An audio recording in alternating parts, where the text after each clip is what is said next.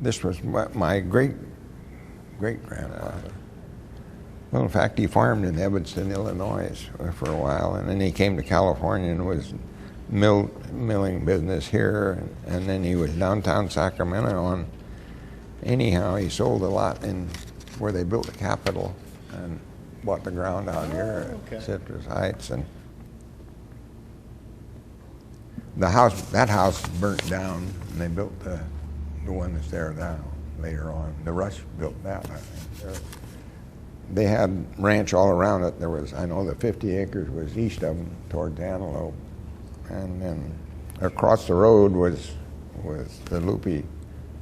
My grandfather had a piece there. He married a Voley and bought the ground across the street from.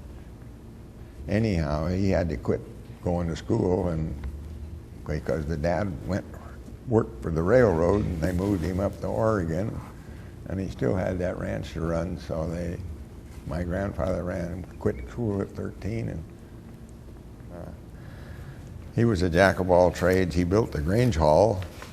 It was a two-story affair, and dance hall and stuff was all upstairs, and they had an opening celebration. Well, in those days they had some dance anyhow where the girls would run to one side and the men to the other side, and the whole thing was kind of shaky, I guess, because he woke Dad up the next morning early, and they went down and started tacking more braces across the Grange Hall, keep it from wobbling when people went back and forth. But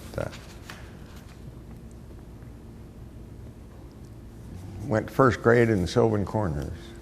My mother used to drive me to school, but then I'd walk home along Highway 80. Then there wasn't too many cars in those days. I wouldn't walk on it today, that's for sure. My dad had an almond orchard on Beard Lane, about 20 acres or so of almond. He bought some ground out in Natomas.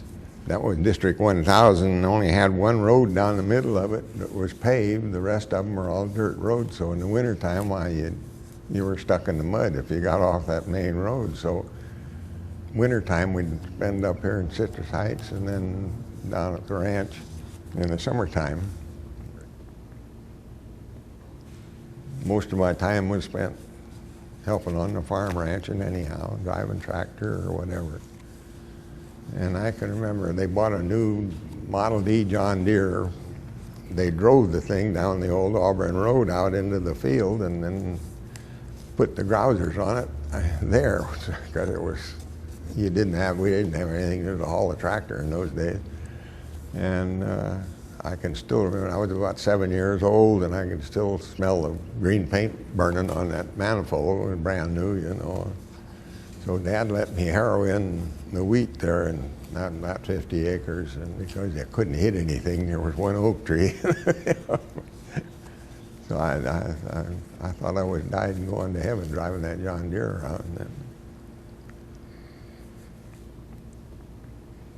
And Dad had a Dodge car, and I remember it's kind of a hill running down to the Auburn Road there. And if we went to Roseville, I would take the thing out of the Deere and coast down the hill. And if it started, why, Mom and I would go to town. Otherwise, why, we'd wait till Dad came home to crank the car.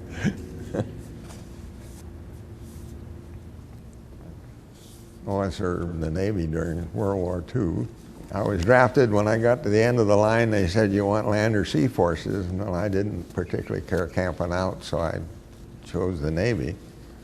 I ended up on an LST, and we took the ship down the Mississippi and went to New York and got a convoy and went to Europe and went in on D-Day, and then we hauled England into France on that LST. And as soon as the war was over, we mothballed it in St. Johns River down in Florida, and then I went back to the ranch. And I thought I knew it all by then, so I didn't go back to school.